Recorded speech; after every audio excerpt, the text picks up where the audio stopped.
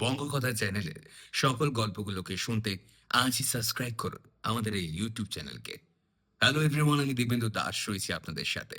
বঙ্গকথা YouTube চ্যানেলে আপনাদের সবাইকে জানাই স্বাগত। কি কি ভাবছেন?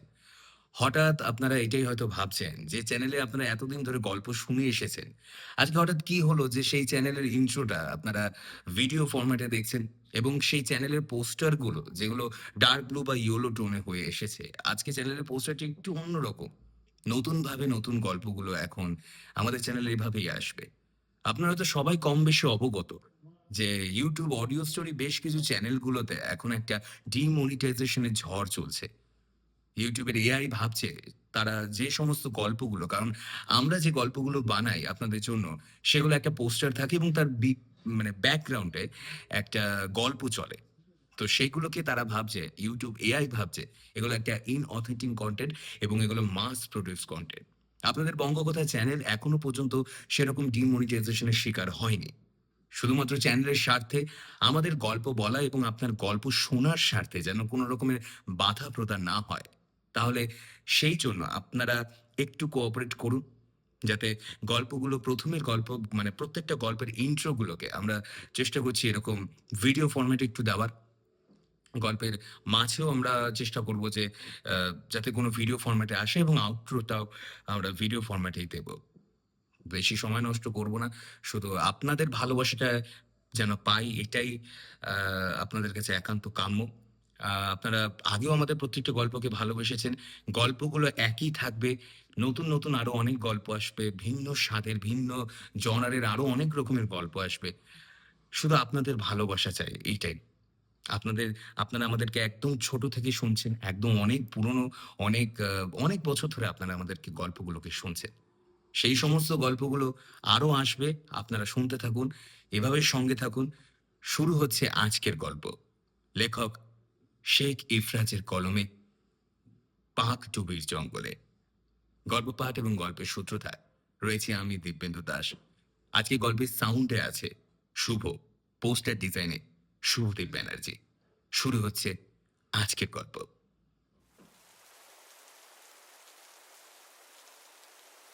বাজারের পথটা পেরিয়ে আসতেই হঠাৎই ঝিরিঝিরি বৃষ্টি আরম্ভ হলো।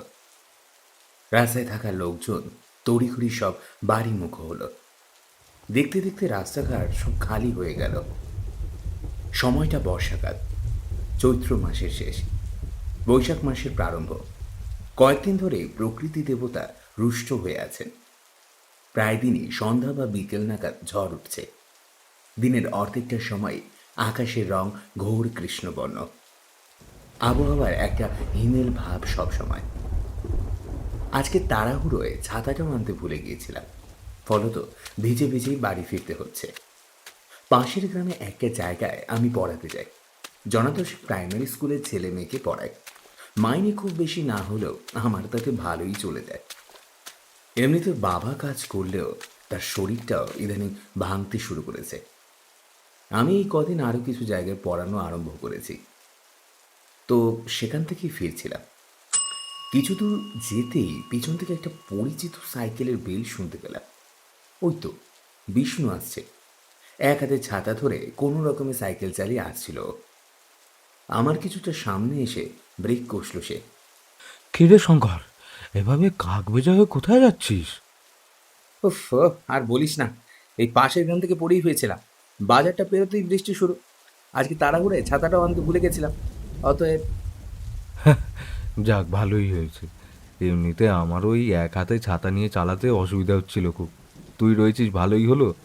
তুই পিছনে বসে পড় আর ছাতাটা ভালোভাবে ধরে রাখিস মাথায়।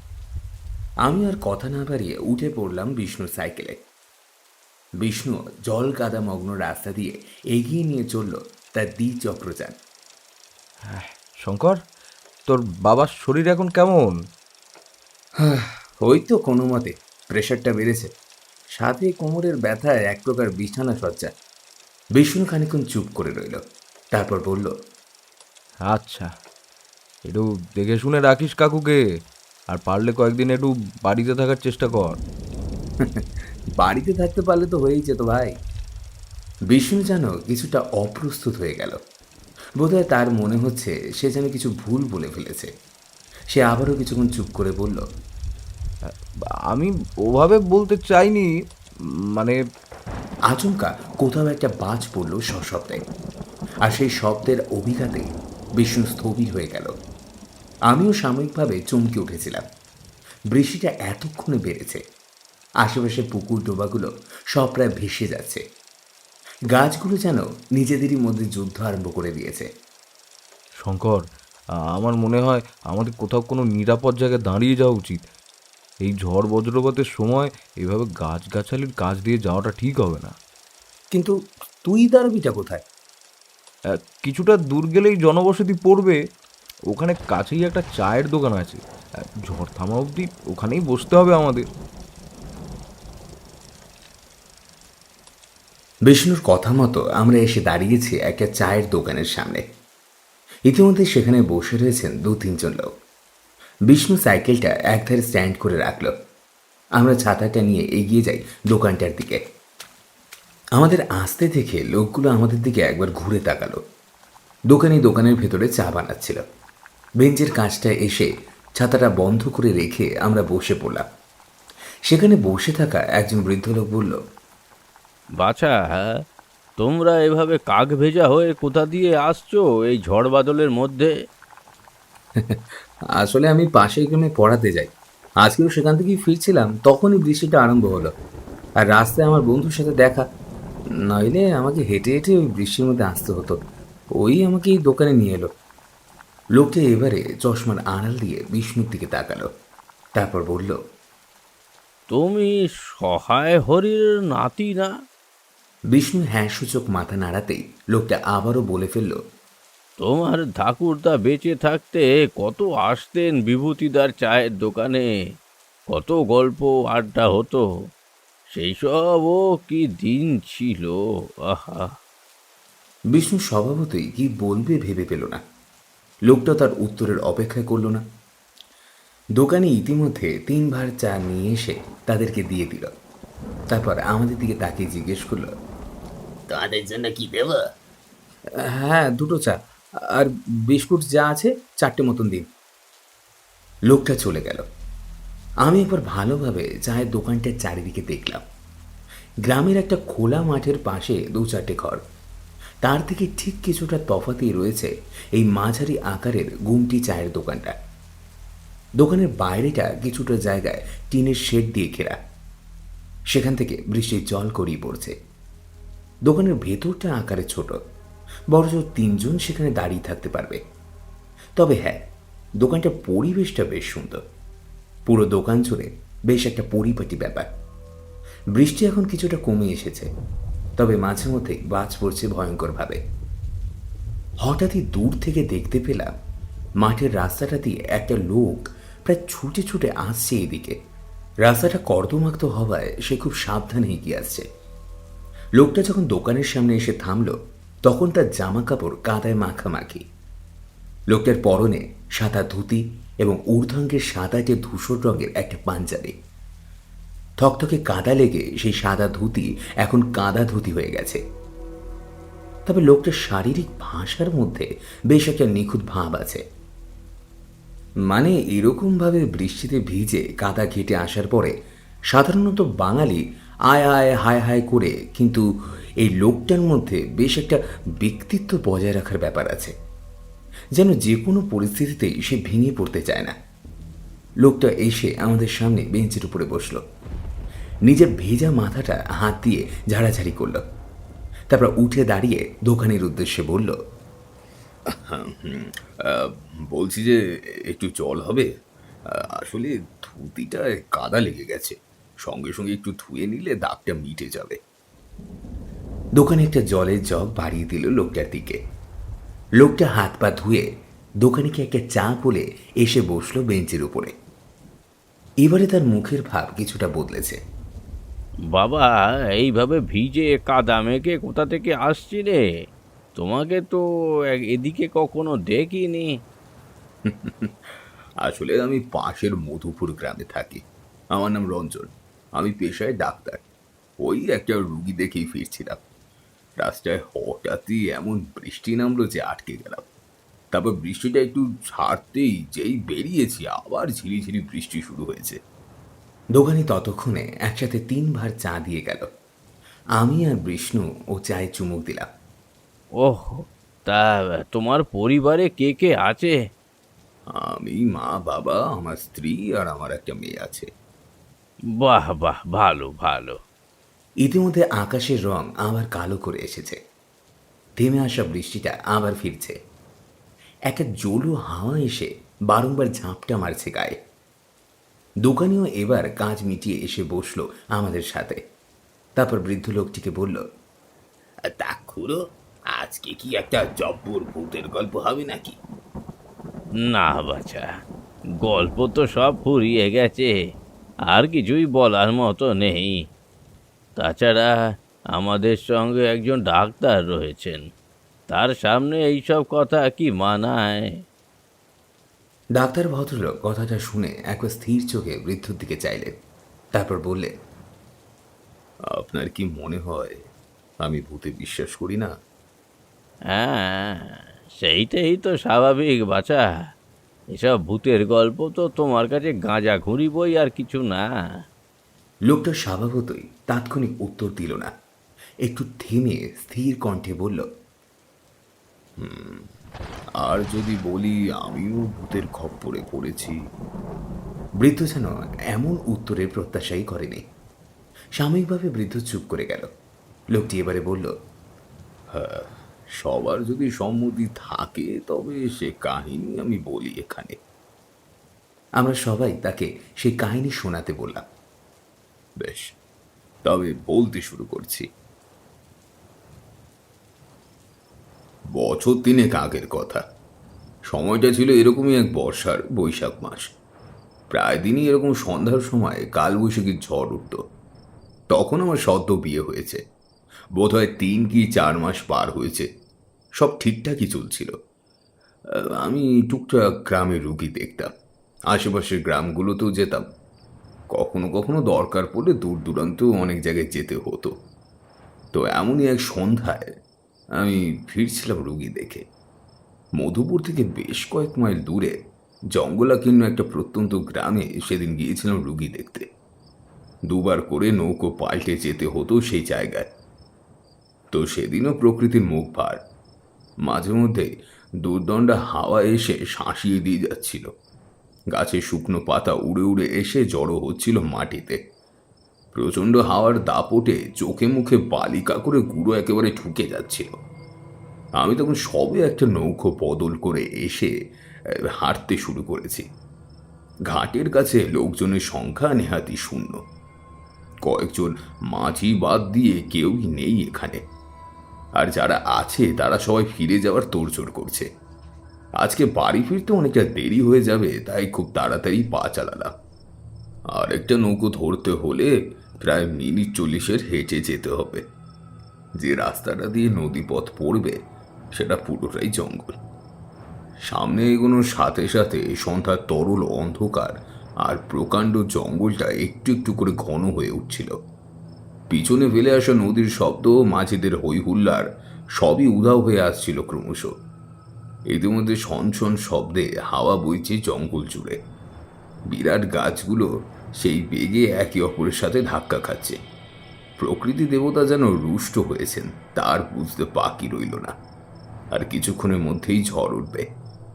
আকাশ এমনিতেই কালো হয়ে এসেছে, আর এমনিতেও সামনে এগোনোর সাথে সাথে জঙ্গলের ঘন চাঁদোয়ারের নিচে আড়াল হয়ে যাচ্ছিল বাইরের আলো। কেন জানি না আমাকে বেশ একটা অস্বস্তি ঘিরে ধরল। এর আগে অনেকবার এমন বে এলাকায় জঙ্গলে বনে এসেছি আমি রাতে, তবে আজকে কেমন যেন অদ্ভুত রকমের অনুভূতি হচ্ছিল। মনে হচ্ছে আজকে যেন অন্ধকারটা একটু বেশি। অনেকদিন ঝড় ওঠার ঠিক আগে প্রকৃতির রূপ কিরকম মনোরম দেখায়, অথচ আজকে কেমন যেন একটা বেজাগতিক রং ঘিরে রয়েছে পুরো চত্বরটা। না, মনে হয় একটু বেশি ভাবছি। সারাদিন যা ধকল গেছে, আর তার উপর সকাল দিয়ে কিছু পেটে পড়েনি, তাই এরকম রজ্জুতে সর্বভ্রম হচ্ছে। কি হে মশাই, কোথায় যাচ্ছেন? আচমকা পিছন থেকে একটা আওয়াজ শুনে চমকে উঠলাম আমি। এতক্ষণ ধরে একটানা এই নির্জন পথে চলতে চলতে আচমকা কারোর শব্দ শুনলে স্বাভাবিকভাবেই মানুষের চমক আসে। দ্রুত পিছনে ফিরে দেখলাম কিছু দূরে দাঁড়িয়ে আছে একটা অবয়ব। অন্ধকার অবছায়ার মধ্যে তার মুখটা ভালো করে বুঝতে পারলাম না। সে ধীরে ধীরে আমার দিকে এগিয়ে এলো। আমিও কিছুটা পিছু গেলাম। লোকটা এসে একগাল হেসে বলল,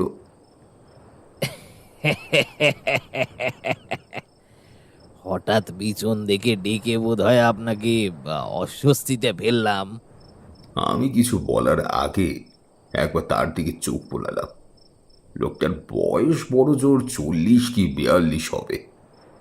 মাথার চুল পাতলা ফিনফিনে, যেন কোনো রকমে ও কয়েকটা চুল সেটে রয়ে গেছে ওই মাথায়। মুখে না কামানো অগোছলো গোঁফদাড়ি, গায়ের রং বেশ কালো ধরনের। লোকটি উচ্চতায় বেটে না হলেও শরীরে একেবারে কাঠরোগা, যেন দীর্ঘদিন কোনো অসুখে ভুগে উঠেছেন।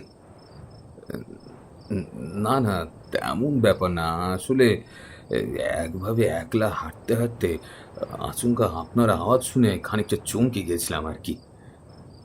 আহ, এইভাবে ডাকার জন্য ক্ষমা প্রার্থী। আসলে এই ঝড় ওঠার সময় অন্ধকার জঙ্গলে একজন মানুষের দেখা পেয়ে আর নিজেকে সামলাতে পারিনি। সে যাই হোক, আপনি যাচ্ছেনটা কোথায়?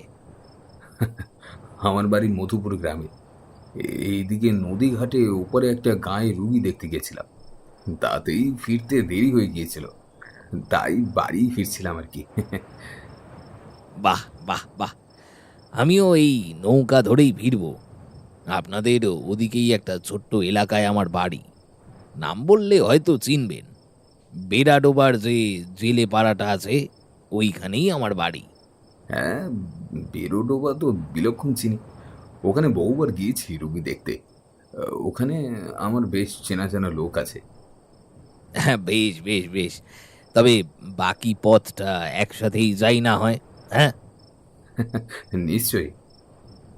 আমি কিছু না ভেবে কোন রকমে বললাম। ভদ্রলোক ফের নিজের স্বভাব সিদ্ধ হাসি হাসলে ভদ্রলোককে বড্ড অদ্ভুত আর কুৎসিত দেখায়। তা মশাই, আপনি যে ঝড় ওঠার রাতে একা একা পাঁকডুবির জঙ্গল দিয়ে যাচ্ছেন, তা আপনার ভয় করছে না? আচমকা এরকম একটা প্রশ্ন শুনে আমি বেশ বিব্রত বোধ করলাম। তবুও কোনো রকমে উত্তর দিলাম, ভয় পাওয়ার কি আছে? ঝড় উঠলে একা একা এখান দিয়ে যাওয়ার মধ্যে কি বৈশিষ্ট্য আছে? আমি ভদ্রলোককে উল্টো ধাঁধায় ফেলার চেষ্টা করলাম, কিন্তু ভদ্রলোক বিন্দুমাত্র বিচলিত হলো না, বরং আবার রহস্যময় হাসি হেসে বললেন,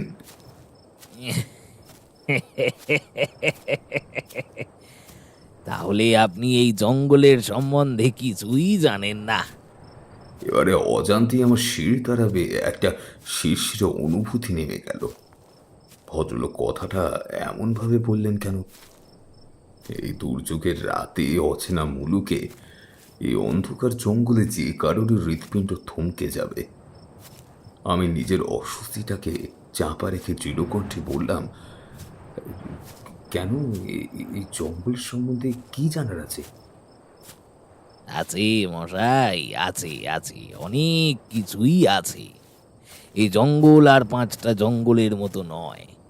এই জঙ্গলে রাত বিরেতে একা হাঁটলে অনেক কিছু মানুষের পিছু নেয়। তারা পথিককে বশ করে, আর তারপর বলেই ভদ্রলোক হঠাৎ থেমে গেলেন।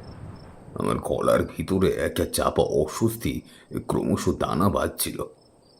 আমি এবার নিজের স্বভাবোচিত নিয়ন্ত্রণ হারিয়ে বলেই ফেলাম, তারপর কি?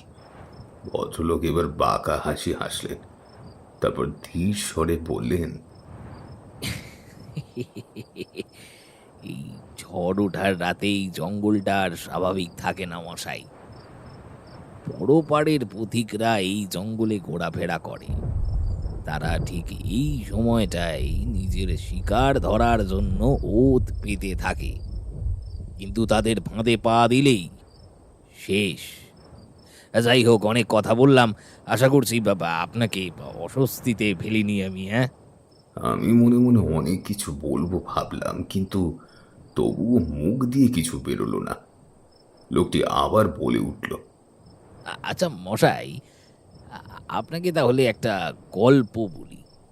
না, এতক্ষণ সব বলে আপনাকে বিব্রত করার জন্য একটা গল্প তো আপনাকে শোনাতেই পারি। হ্যাঁ, তাহলে এই এতটা পথ যেতেও বেশ সুবিধে হবে। হুম, আমি ওর ব্যাঘাত ঘটালাম না, বললাম, হ্যাঁ শোনান। ঠিক আছে, তবে একটা শর্ত আছে। গল্পের মাঝে কোনো প্রশ্ন নয়, ঠিক আছে? আমিও সম্মতি জানালাম। বেশ, এই কাহিনী হচ্ছে অমল নামের এক যুবকের।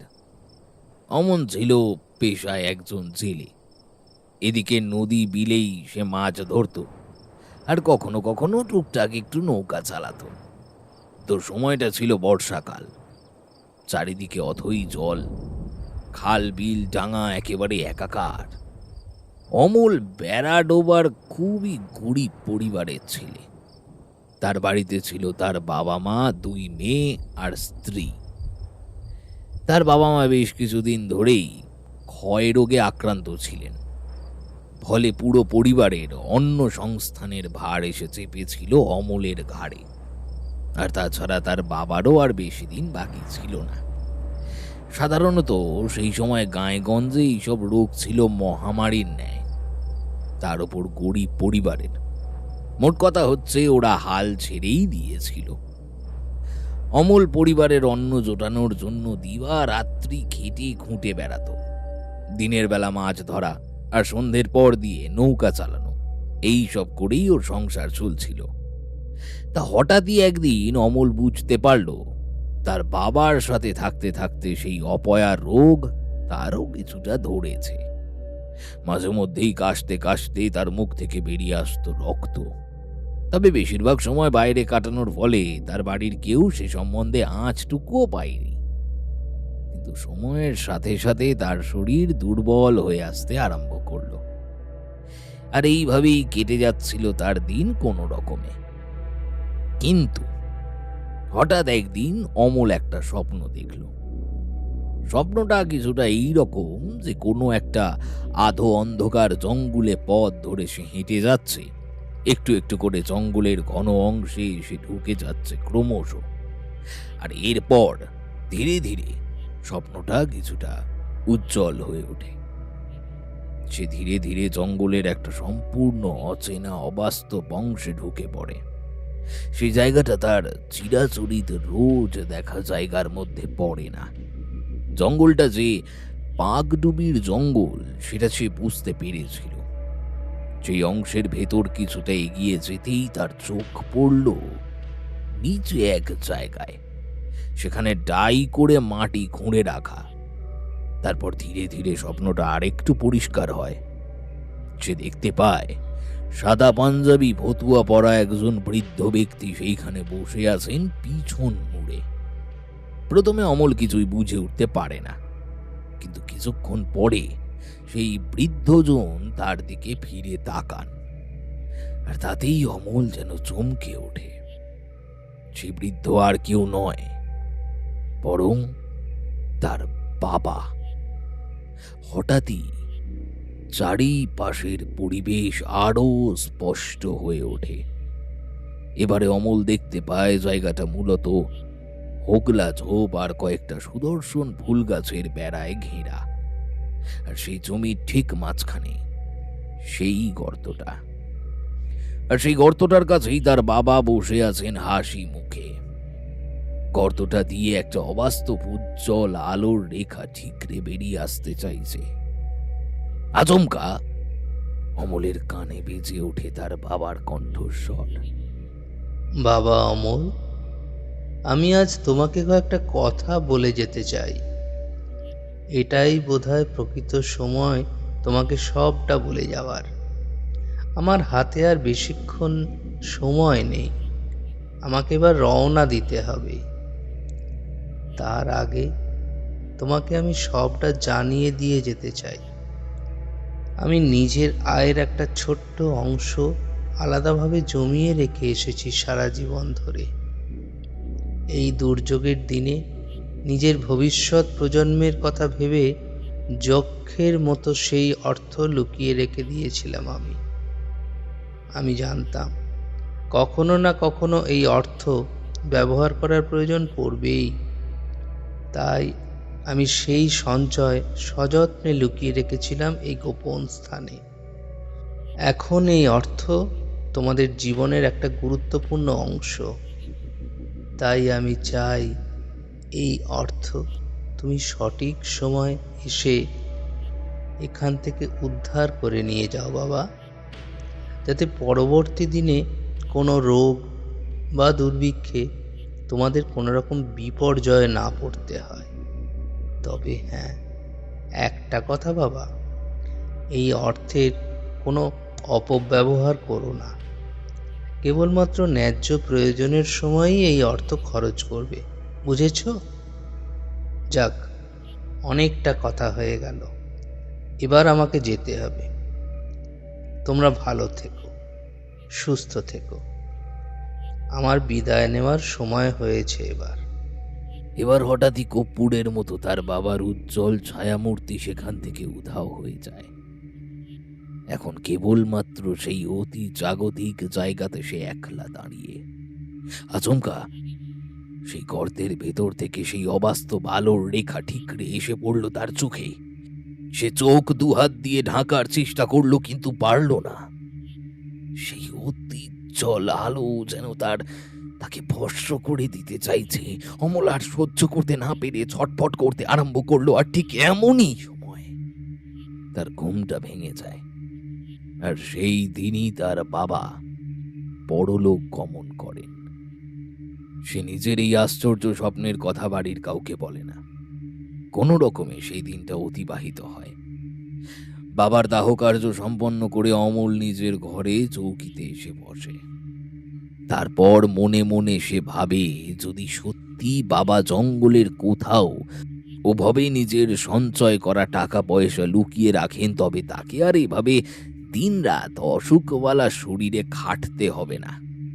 সেও একটু বিশ্রাম করার সুযোগ পাবে। এরপর কয়েকদিন কাটতেই অমল সেই লুকোনো অর্থের খোঁজ করা চালু করে দিল। প্রথম দিন সারা জঙ্গল তন্ন তন্ন করে খুঁজেও অমল অর্থ তো দূর, সেই অদ্ভুত জায়গাটা অবধি খুঁজে পেল না। তবুও অমল কিন্তু হার মানল না।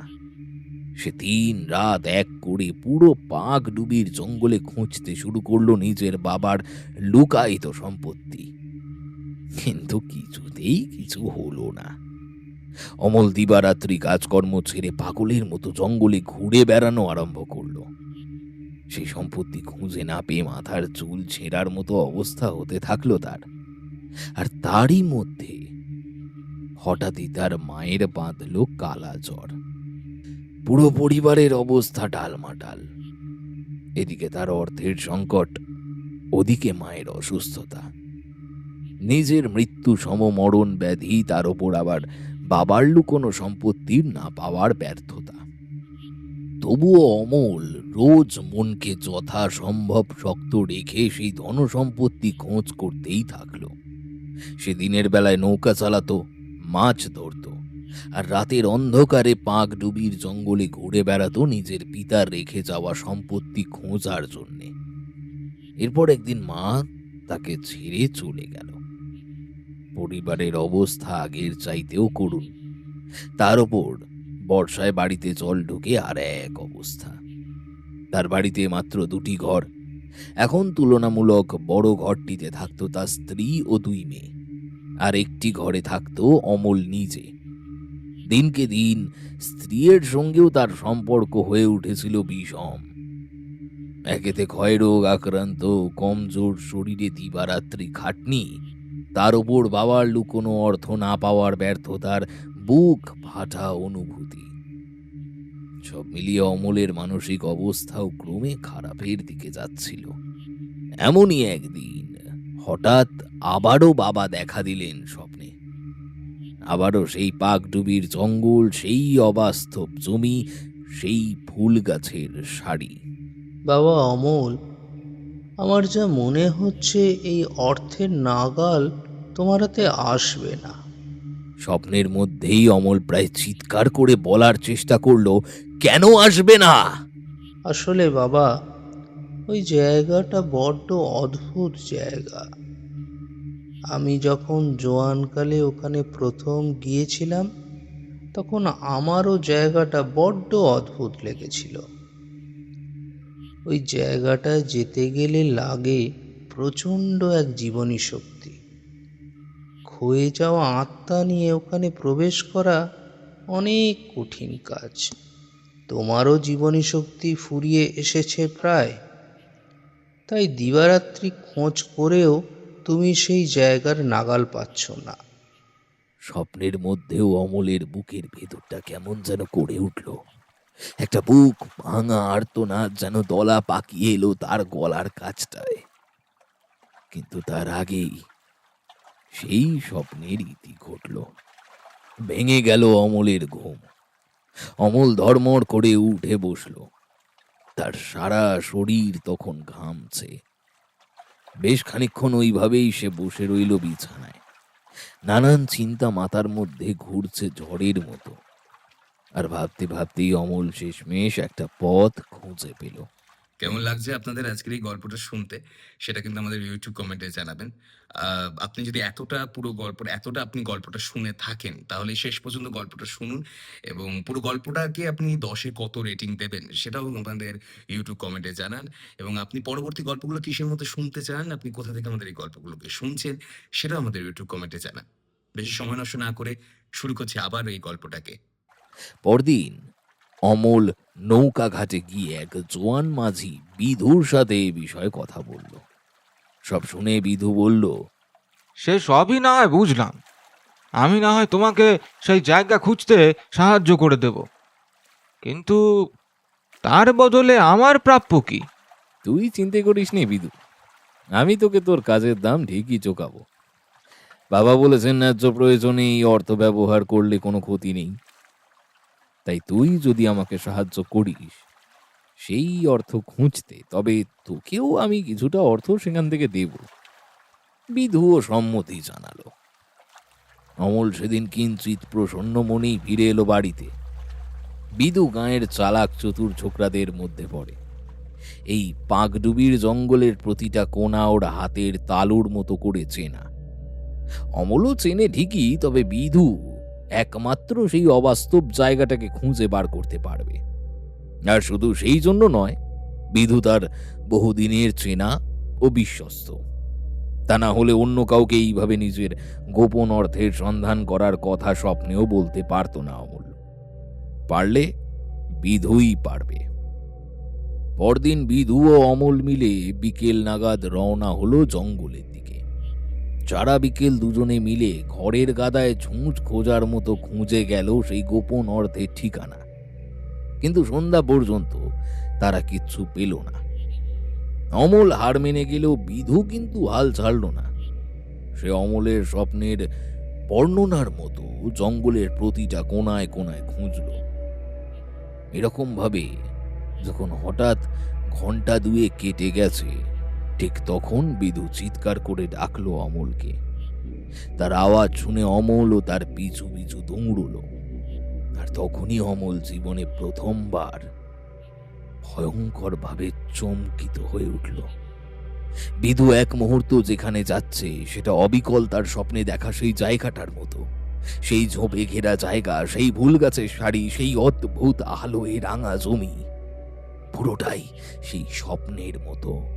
অমলদা, এই জায়গাটা কিনা দেখো তো। অমলের হাঁ হয়ে থাকা মুখের দিকে তাকিয়েই বিধু নিশ্চিত হলো এটাই সেই জায়গা। আর দেরি করিস নে বিধু, মাটি কোড়া শুরু কর। যা, শাবল আর কোদালটা যে জঙ্গলের কোথাও একটা রেখে এসেছি, ও এখন খুঁজতে গেলে আবার যদি এই জায়গাটা হারিয়ে ফেলি। ঠিক আছে, তবে আমিই যাচ্ছি। দাঁড়াও অমলদা, দাঁড়াও, অত তাড়াহুড়ো করো না। জায়গাটা যখন একবার পেয়েছি, নিশ্চয়ই সেই অর্থের নাগালও আমরা পাবো। এখান থেকে তুমি বেরিয়ে গেলে এখানে আর আসতে পারবে না কো।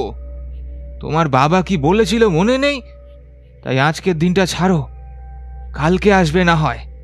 অমল একটু গাঁই করলেও পরে সে বিধুর কথায় সেদিনের মতো সেখান থেকে বিদেয় নেয়। পরদিন একেবারে সাঁঝবেলায় অমল আর বিধু রওনা দেয় পাকডুবির সেই জায়গায়। আজকে একটু খোঁজাখুঁজি করতেই সেই অবাস্তব জায়গাটাকে তারা খুঁজে পেয়ে যায় সহজেই। অমল আজকে পুরো প্রস্তুত ছিল। জায়গাটাতে যেতেই স্বপ্নে দেখা সেই জমিটার ওপর বসে সে পাগলের মতো কোপ বসাতে শুরু করে। বিধুও তার দেখা দেখি অমলকে সহায়তা করে। দুজনে অনেকক্ষণ ধরে মাটি কোপানোর পর আচমকাই অমলের শাবলে লেগে থাকা ধাতব একটা শব্দ হয়। দুজনেই প্রচন্ড আনন্দে বিস্মিত হয়ে যায়। অমল তাড়াতাড়ি জায়গাটাকে খুঁড়ে নিজের মাটির নিচ থেকে তুলে আনে একটা লোহার বাক্স। বাক্সটা খুব বড় না হলেও তাতে যদি সত্যি কিছু ধনসম্পদ থেকে থাকে তবে সেটাই অনেক। অমল তাড়াতাড়ি করে বাক্সের ডালাটা খুলে ফেলে, আর দুজনেই বিস্মিত হয়ে দেখে ভেতরে চকচক করছে অজস্র সব সোনা গয়না। অমল যেন হাতের মধ্যে চাঁদ পেয়ে গেছিল। সে পাগলের মতো তার ভেতর থেকে সেসব বার করতে আরম্ভ করলো। আর ঠিক তখনই তার মাথার উপর এসে পড়ল প্রচন্ড এক শাবলের আঘাত। সেই আঘাতে অমল মাথায় হাত দিয়ে ছিটকে পড়ে সেখানে। আর সেই করুণ অবস্থাতেও অমল দেখে তাকে যে আঘাতটা করেছে আর সে কেউ নয়, তার সাথে এতদিন ধনসম্পত্তির খোঁজ করা, তার সাথে দিবারাত্রি সঙ্গে থাকা বিধু। বিধুর পেছনে এক মুহূর্তে দাঁড়িয়ে রয়েছে আরো দুজন বিপুল দেহী যুবক। তাদের প্রত্যেকের হাতেই এক একটা করে কোদাল। অমলের চোখ ঝাপসা হয়ে আসছিল। প্রচন্ড যন্ত্রণায় ফেটে যাচ্ছিল মাথাটা। মাথার রক্ত গড়িয়ে এসে মিশে যাচ্ছিল মুখে। জ্ঞান হারানোর আগের মুহূর্তে অমল আবছাভাবে শুনতে পায় বিধুর বলা কয়েকটা শব্দ। আরে তাড়াতাড়ি করো, এই মালটাকে এখানে পুঁতে দিয়ে তাড়াতাড়ি কেটে পড়তে হবে। শেষের কিছুক্ষণের জন্য অমল শুধু বুঝতে পেরেছিল যেই গর্তটা থেকে ওরা সেই বাক্সটা তুলেছিল, ঠিক সেই গর্তেই ওকে পুঁতে দেবে এরা। ব্যাস, আর কিছুক্ষণ মুহূর্তের মধ্যেই সেই দুজন বিপুল দেহী লোক তার শীর্ণ শরীরটাকে 5 কোলা করে তুলে ছুঁড়ে ফেলে দেয় সেই গর্তের মধ্যে। তারপর একটু একটু করে মাটির ঢেলা এসে পড়তে থাকে তার উপর। এইটুকু বলেই লোকটা থেমে যায়। নির্জন জঙ্গল প্রান্ত জুড়ে নেমে আসে নৈশ শীতল নিস্তব্ধতা। আমার বুকের মধ্যেও একটা ঠান্ডা অস্বস্তি ক্রমশ বেড়ে উঠছিল। আমি লোকটাকে বললাম, তারপর তারপর কি হলো? লোকটা উত্তর দিল না। আমারও বেশ অদ্ভুত লাগলো। লোকটা এইভাবে গায়ে পড়ে এসে প্রথমে সঙ্গ চাইল, তারপর এইসব আজগুবি কাহিনী শুনিয়ে শুনিয়ে বিরক্ত করে গেল ক্রমাগত। আর এখন কিনা ও এভাবে চুপ করে গেল। আমিও আর কিছু বললাম না। যতক্ষণ না লোকটা নিজে থেকে কিছু বলবে, আমিও আর গায়ে পড়ে কিছু বলবো না। এটাই দৃঢ় সংকল্প করে ফেললাম। ইতিমধ্যে হাঁটতে হাঁটতে আমরা প্রায় নদীপথের কাছাকাছি চলে এসেছি। জঙ্গল এখানে একদম সরু, একটু হেঁটে গেলেই নদীর ঘাট। 2-4টে নৌকো বাঁধা রয়েছে। আমার মনটা একটু হালকা হলো। আপনাকে বারণ করেছিলাম না, গল্পের মাঝে কোনো প্রশ্ন নয়। আচমকা নীরবতা ভঙ্গ করে বলে উঠল লোকটা। আমার এবার মাথাটা বেজায় গরম হয়ে গেল। আপনি তো বেজায় শয়তান লোক মশাই। যেচে পড়ে এসে পথসঙ্গ চাইলেন, তার উপর সারাটা রাস্তা এইসব আজগুবি কাহিনী শুনিয়ে বিরক্ত করে মারলেন। আর আমি কিনা একটা প্রশ্ন করেছি বলে আপনি এমন দুর্ব্যবহার করছেন। হ্যাঁ, আমার কথা শুনে লোকটা তখনই কিছু বলল না।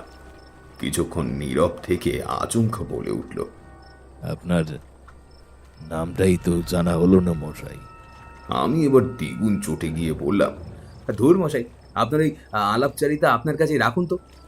আমার আর ইচ্ছে নেই আপনার কাছে কোনো কিছু শোনার। আমি এই চললাম, আপনিও চান। আর আমি আপনার মতো অভদ্র নই, তাই বলে যাচ্ছি, আমার নাম রঞ্জন। লোকটা এবার নিজের স্বভাবসিদ্ধ কুৎসিত হাসি হেসে উঠল।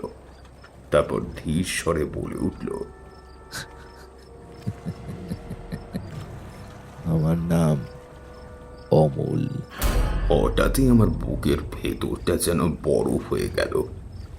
ঘাড়ের কাছে রোমকূপগুলো দাঁড়িয়ে গেল আতঙ্কে। আমি কোনো রকমে একবার ঘাড় ঘুরিয়ে চাইলাম লোকটার দিকে, আর এবারে চাঁদের মৃদু আলোয় দেখতে পেলাম লোকটার শরীর সেই গল্পে বর্ণিত অমলের মতোই শীর্ণ ক্ষয় রোগে ভোগা। আকস্মাৎ লোকটা বিশ্রী শব্দে একবার কেসে উঠল, আর তার মুখের ভেতর থেকে ছিটকে এলো কাঁচা রক্ত। আমি নিষ্প্রাণ পাথরের মতো দাঁড়িয়ে রইলাম ওখানে। লোকটা সেভাবে কিছুক্ষণ কাঁচতে থাকলো, আর একটু একটু করে তার শরীরটা বদলে যেতে লাগলো। আমি জড়পুত্তলিকার মতো সেখানে দাঁড়িয়ে দেখতে লাগলাম। লোকটা সারা শরীর যেন পচা মরদেহে পরিণত হয়েছে। তার শরীরের জায়গায় জায়গায় খসে পড়ছে মাংসের দলা, আর দুটো চোখ যেন খুবলে খেয়েছে কোনো বন্য জন্তু। বহুদিন ধরে কবরে দেওয়া কোনো মরাকে যদি কেউ তুলে আনে, তাকে ঠিক এরকমই দেখতে হয়। সেই বিকৃত দর্শন মরদেহের ভেতর থেকে ভেসে এলো একটা ঘর ঘরে কণ্ঠস্বর। জানতে চাইছিলি না তারপর কি হয়েছিল? জানতে চাইছিলি না যে এই সব এইরকম অবস্থা হয়েছিল আমার? ওরা আমার শরীরটাকে পুঁতে দিয়ে গিয়েছিল সেদিন। সব টাকা পয়সা গয়না সব ওরা নিয়ে চলে গেছিল। আমার সর্বস্ব লুটে নিয়ে আমাকে এখানে মেরে পুঁতে দিয়ে গিয়েছিল ওরা। দেখলি? হ্যাঁ, দেখলি তো? আমি ভীষণ আতঙ্কে তখন প্রায় চেতনা হারানোর অবস্থায়। আমার বউ মেয়ে ওরা এখন কিভাবে যে নিজেদের দিন কাটাচ্ছে কে জানে। আমি মরে গেলে ওদেরকে দেখার কেউ নেই, কেউ নেই ওদেরকে দেখার। আমার মাথাটা একবার চক্কর দিয়ে উঠল। তোকে আমি কোনো ক্ষতি করিনি, কোনো ক্ষতি করিনি। এতটা পথ ওই অপয়া জঙ্গল থেকে বাঁচিয়ে তোকে নিয়ে এসেছি রে। তার বদলে তোকে শুধু একটা কাজ করতে হবে, একটা। ওই চুরি করা অর্থ তো আর ফেরত পাওয়া যাবে না, কিন্তু তুই তো ডাক্তার। তুই কি আমার মেয়ে বউ এদের দুজনকে দুটো অন্যের জোগাড় করে দিতে পারবি না? হ্যাঁ হ্যাঁ, পারবি না? বল, পারবি না তুই? তুই যদি আমার পরিবারের সাহায্য করিস তবে তোকে আমি কোনো ক্ষতি করব না, কিন্তু তুই যদি আমার কথা না শুনিস তবে। আমি আর শুনতে পারলাম না, জ্ঞান হারিয়ে পড়ে গেলাম জঙ্গলের ভিজে মাটির উপরে। এইটুকু বলে রঞ্জন ডাক্তার চুপ করে গেল। আমাদের চাটাও ঠান্ডা হয়ে এসেছে। এতক্ষণ ধরে দম বন্ধ করে গল্পটা শুনছিলাম আমরা। তাই হঠাৎই এভাবে দাড়ি টেনে দেওয়ায় স্বাভাবিকভাবেই আমরা হোঁচট খেলাম। তারপর তারপর কি হলো ডাক্তারবাবু? আচমকা এরূপ প্রশ্ন ধেয়ে আসতে এই প্রথমবারের মতো সেই গম্ভীর ডাক্তারবাবু রঞ্জন হো হো করে হেসে উঠল। তারপর আর কি, পরদিন জ্ঞান ফিরল নিজের বাড়িতে। গায়ে ধুম জ্বর, গা হাত পায়ে প্রচণ্ড ব্যথা। সেদিন রাত্রে ওভাবে জ্ঞান হারিয়ে পড়ে যাওয়ার সময় ঘাটের মাঝিরা আমাকে দেখতে পেয়েছিল। তারাই তৎক্ষণাৎ ছুটে এসে আমাকে তুলেছিল নিজের নৌকায়। ঘাটে আমার পরিচিত এক মাঝি আমাকে দেখে চিনতে পারায় সে আমাকে বাড়ি পৌঁছে দিয়েছিল। প্রায় ৩-৪ দিন টানা বিশ্রামের পর আমি আবার আগের অবস্থায় ফিরতে পেরেছিলাম। সুস্থ হতেই আমি সবার প্রথমে রওনা দিয়েছিলাম বেড়ে ডোবার সেই অমলের বাড়িতে। গিয়ে জানতে পেরেছিলাম অমলের 2 মেয়ে আর বউ কোনো রকমের দিন কাটাচ্ছে। স্বামীর মৃত্যুর পর দিয়ে তাদের সংসার একেবারে ধসে পড়েছে। অমলের স্ত্রী কোনো রকমে বাড়ি বাড়ি কাজ করে নিজেদের অন্ন বস্ত্রের জোগান করছে। আমি তাদের কিছুটা অর্থ দিয়ে সাহায্য করি। প্রথমে তারা নাকচ করলেও পরে রাজি হয়ে যায়। আমি পরে অমলের নামে গয়া একটা পিণ্ড দিয়ে আসি। বাইরে বৃষ্টি ইতিমধ্যেই থেমে গিয়েছে।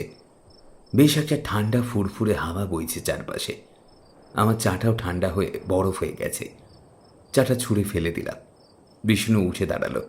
সে বৃদ্ধ বলে উঠল, ডাক্তার আজকে একটা গল্প বললো বটে। হ্যাঁ, কথা শুনে রঞ্জন ডাক্তারও মৃদু হাসল। বিষ্ণু ডাক্তারবাবুর গল্পের সম্বন্ধে দুটো প্রশংসা করল।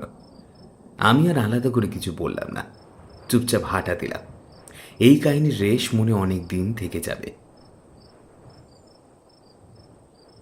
শুনছিলেন লেখক শেখ ইফরাজের কলমে আজকের হারহীন করা একটি ভয়ের গল্প, বাঘ ডুবির জঙ্গলে। গল্প পাঠে এবং গল্পের সূত্রধার ছিলাম আমি, দিব্যেন্দু দাস। অন্যান্য চরিত্রে ছিল অভিক, দীপঙ্কর, পার্থ, অরণ্যদেব, সৌরভ এবং সৌভিক। কেমন লাগলো আপনাদের আজকের এই গল্পটা জানাবেন আমাদের ইউটিউব কমেন্ট সেকশনে। আর এরকম গল্পের মাঝে মাঝে মধ্যে এরকম ভিডিও ফরম্যাটে এসে আপনাদেরকে সমস্যা সৃষ্টি করার জন্য একান্ত দুঃখিত। যারা বোঝার তারা হয়তো একটু বুঝতে পারছেন কেন আমাদের এরকম করে করতে হচ্ছে। কারণ আমরা সবসময় চেয়েছি যাতে আপনারা শান্তভাবে আরামে গল্পটা শুনতে পারেন এবং ভয় পেতে পারেন। কিন্তু এখন বর্তমানে ইউটিউব অ্যালগরিদমের জন্য এই সমস্ত ইনঅথেন্টিক কন্টেন্টের, এই সমস্ত ডিমনিটাইজেশনের হাত থেকে নিজেদের চ্যানেলকে রক্ষা করার জন্যই এই ব্যবস্থা করা। আপনাদেরকে এইটুকুই বলবো, আপনারা একটু আমাদেরকে কোঅপারেট করুন। পোস্টারগুলো আরো আরো নতুন নতুন ভাবে, একটু অন্য ভিন্ন টোনে এবং প্রত্যেকটা ভিডিওতে কোথাও গিয়ে হিউম্যান প্রেজেন্স দেখানোটা খুব ইম্পর্টেন্ট এখন। গল্পের স্বাদ বদলাবে না, গল্পটা একই থাকবে, একই রকম। আপনারা আগে যেভাবে আমাদের গল্পগুলোকে ভালোবাসা দিয়েছেন, এখনো যেন আপনারা এই গল্পগুলোকে ভালোবাসা দেন। তাই যত বেশি পারুন আপনারা এই ভিডিওগুলোর কমেন্ট সেকশনে কমেন্ট করুন। কারণ এই সময় আমাদের রিচটা অনেকটাই ডাউন হয়ে আছে। তাই আপনাদের সাহায্য পেলে আপনাদের জন্য এই ভিডিওগুলো আরো বেশি এনগেজমেন্ট পাবে। গল্পটা ভালো লেগে থাকলে একটু শেয়ার করে দেবেন আপনাদের বন্ধুদের হোয়াটসঅ্যাপ গ্রুপে বা ফেসবুকে। সবাই মিলে এই গল্পটাকে আরো শুনুন এবং একটা লাইক করে দিতে ভুলবেন না কিন্তু। দেখা হচ্ছে অন্য কোনো গল্পে। ততক্ষণের জন্য শুনতে থাকুন, সঙ্গে থাকুন এবং পাশে থাকুন বঙ্গকথা ইউটিউব চ্যানেলের সাথে। দেখা হচ্ছে অন্য কোনো গল্পে।